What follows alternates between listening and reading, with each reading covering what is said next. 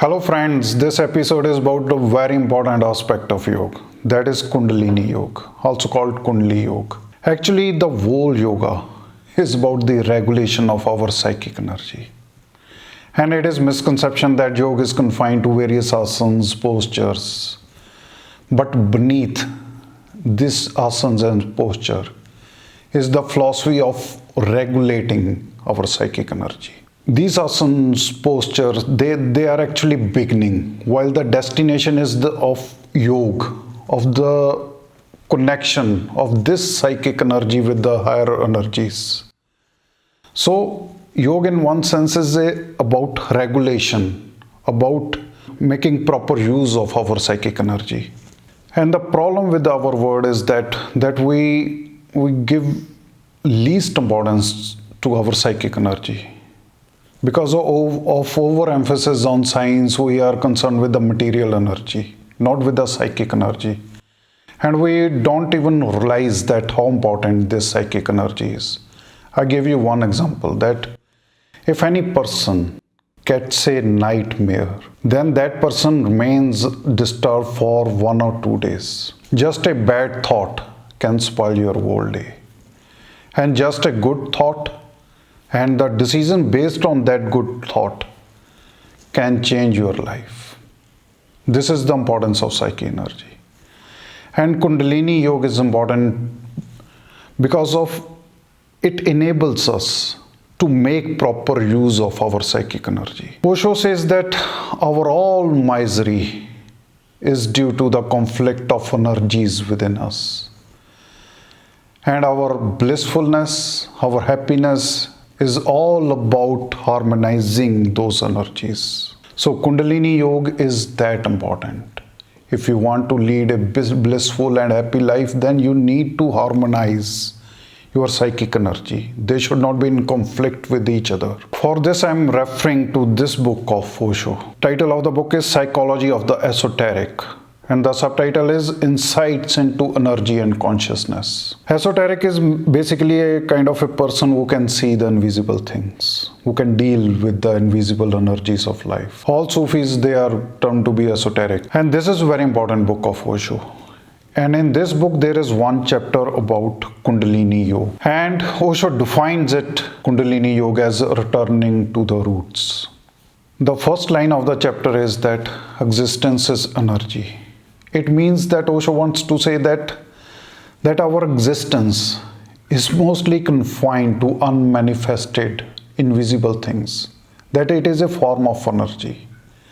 But the problem with us is that we are so obsessed with the manifested, with the visible, that we totally ignore the importance of unmanifested, the invisible. Whereas in order to understand the visible, we need to understand the invisible. In one book of body language, I read somewhere that instead of analyzing the body language, the movement of hands, etc., just visualize that which energy is moving these hands, which energy is actually operating behind this body language. Then you will understand everything about it. Same is with the life. If you can understand the unmanifested, invisible energies, then you can understand life in a much better way. Osho says that Kundalini Yoga is about mainly two things. One is about to make unmanifested manifest. It means to make invisible visible. Second aspect of Kundalini Yoga is the conservation of energy. And I want to say that here I am not discussing about the different centers of Kundalini Yoga which you can find anywhere. But this is the essence of Kundalini Yoga. It is about the regulation of psychic energy. And psychic energy is not in bifurcation, that is not in division, it is in flow, it is in continuity. So I don't believe in those centers.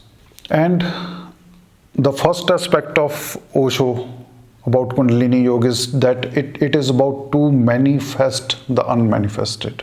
Actually, Kundalini Yoga is the name derived from the coiling of a snake.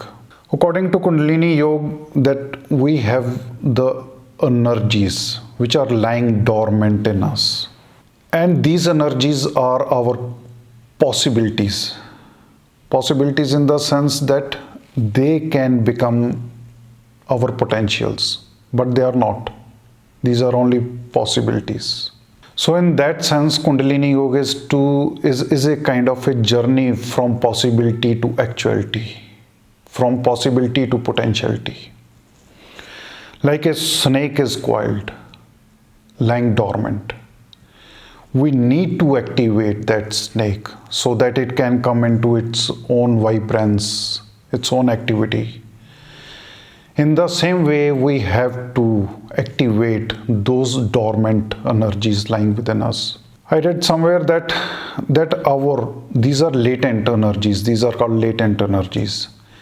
That we are like cell, a battery cell. If battery cell is not in connection, then battery cell is almost dead. But when battery cell gets a proper connection, then it starts giving energy. So Kundalini Yoga is to put us in a proper connection. And one aspect of putting in that connection, according to Osho, is our breathing. He says that breathing is a hammer that hits the dormant energies, and our dormant energies, those get activated. Even the whole of psychoanalysis of Jung and of Freud is about to making our unconscious conscious. The whole psychoanalysis is to make the patient aware about the hidden things, the unconscious mind. Just for example, that if a patient has a phobia from the lizards, then that phobia of lizard is visible thing, that is visible to everyone. But a psychoanalyst will go back. He will trace the history, that from which date, from which incident that fear started emerging out. It may be a fear transfer from the parents or some friends in the past. So the phobia from the lizard or anything, that is visible, but the cause of that phobia is hidden, that is lying dormant somewhere in our unconscious mind. So psychoanalysis is about that, activating that dormant energy to making that invisible thing visible. And when the patient comes to know that it was due to that incident that I got phobia of that thing, that I became fearful about those things, then that person will be healed. So it is about making manifest of the unmanifested. So while in Kundalini Yoga, through breathing, we try to reach at the inner core of our being, where we analyze our actions and we analyze the background of those actions, that what kind of psychic energy is acting behind those actions. This is a process of making Kundalini Yoga actualized, or to live Kundalini Yoga. The second very important aspect of Kundalini Yoga is to conserve the energy. And Osho, he says that the main problem with us is that we have a conflict of energies. And when our energies are in conflict, then we need a craving to throw it out. And he says that all pleasure activities, including sex, these are the methods of throwing out our energy. And very strangely, this is the statement of a person, Osho, who is termed as a sex guru. He says, in this chapter, he is saying that all our pleasures, our joys, These are the excuses of throwing out our energy. And according to spirituality, throwing out our energy is a kind of a sin. If you see that in all religion, if you consider that what are termed as sin, whether 7 sins, whether 5 sins, these sins are those in which you throw out your energy out. So Osho says that our lifestyle is totally anti-Kundalini, because we are living in a lifestyle where we keep throwing out our energy out. That is why we feel so exhausted, so stressed, so tense. Whereas spirituality is all about the conservation of energy. It is keeping the energy within our own self. Here I remember that even about Bhagavad Gita, it is said that there is a Buddhi Yoga. Buddhi Yoga is that to confine your energies within yourself, to put your energies where you are. And Osho says that whole life is confined to where we are now. It is neither in the past nor in the future, but where you are. So wherever you are, you have to put your all energies inside you. One example of Buddhi Yoga is that suppose a lady has gone for a shopping and she has seen many of valuable things in the market, but she has come back home, and while sitting she is thinking about those items, those valuable things. Now she is sitting in the home, but her energies are in the market. So Buddhi Yoga is to bring back those energies inside you. And same happens in our life, daily life. Our daily life is only confined to spitting out our energy, and that is the main cause of stress, tensions, depressions. Osho says that our energy is like if we throw a ball to a wall, it rebounds back. Our energy rebounds back, but only if we are focused to that object. If we have very scattered focus, then we are throwing energy here, and it is not coming back. That is why traveling is so tiring, because we are looking outside and we are just throwing energy out, and that energy is not coming back.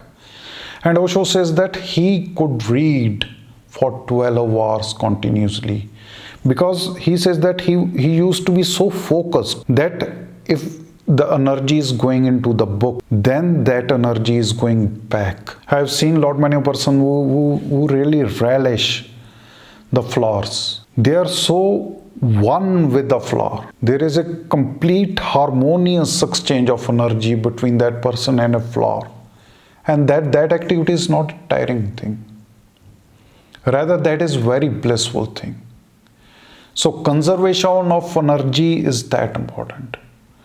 And according to Osho, this is the main aspect of Kundalini Yoga, that you perform the Kundalini Yoga in this way that your energies remain within you.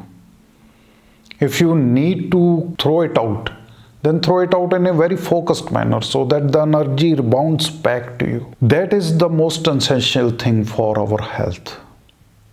I have seen many persons who keep vomiting out their energies frivolously, uselessly, and in the end they become very tired. Then again they find an excuse through a party or something pleasurable thing, and in that activity they throw more energy out. And in this way they at one stage they become very deficient of energy. What we call ill health is actually a deficiency of energy, of our psychic energy. I read few lines for you here. Osho says that, so whatsoever is known as pleasure ordinarily is just the pleasure of throwing off conflicting energies. Pleasure means relief. You are relieved of a burden, and burden of a conflicting energies within us, which are not harmonized. Osho says that if your energies come to this harmonious, organic unity, the technical term in yoga for it is Kundalini Yoga. So he defines Kundalini Yoga as which enables us to have harmonious flow of energy. It can be anything. It can be your meditation, your habit of reading, your habit of watching flowers, any positive activity which harmonizes your internal psychic energy is Kundalini Yoga. So in this way, it is not confined mainly to the flow of energy from one center to other center, and because energy is in continuity, like in life. Life is in continuity. You can't bifurcate or divide the energy, the life energies. And very strangely, this statement is by so-called sex guru. Here Osho says that is why sex has become so important, so significant, because that is one of the greatest instruments to wash off energy, one of the greatest outlets. He says that any pleasurable activity in which we are senselessly throwing out our energy is anti-Kundalini and even anti-life. And Osho gives a very beautiful example of the posture of Buddha. From the very childhood, whenever I used to look at the Buddha sitting in the very famous posture of Padmasana, I used to feel very peaceful about it.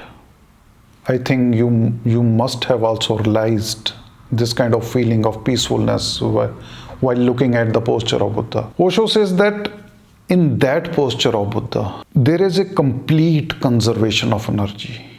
There is no leakage of energy. He says that even science says that in circle, there is a maximum conservation of energy. Now, if you look at the posture of Buddha, that is totally circular. The energy is flowing in a circular movement and it is not going out.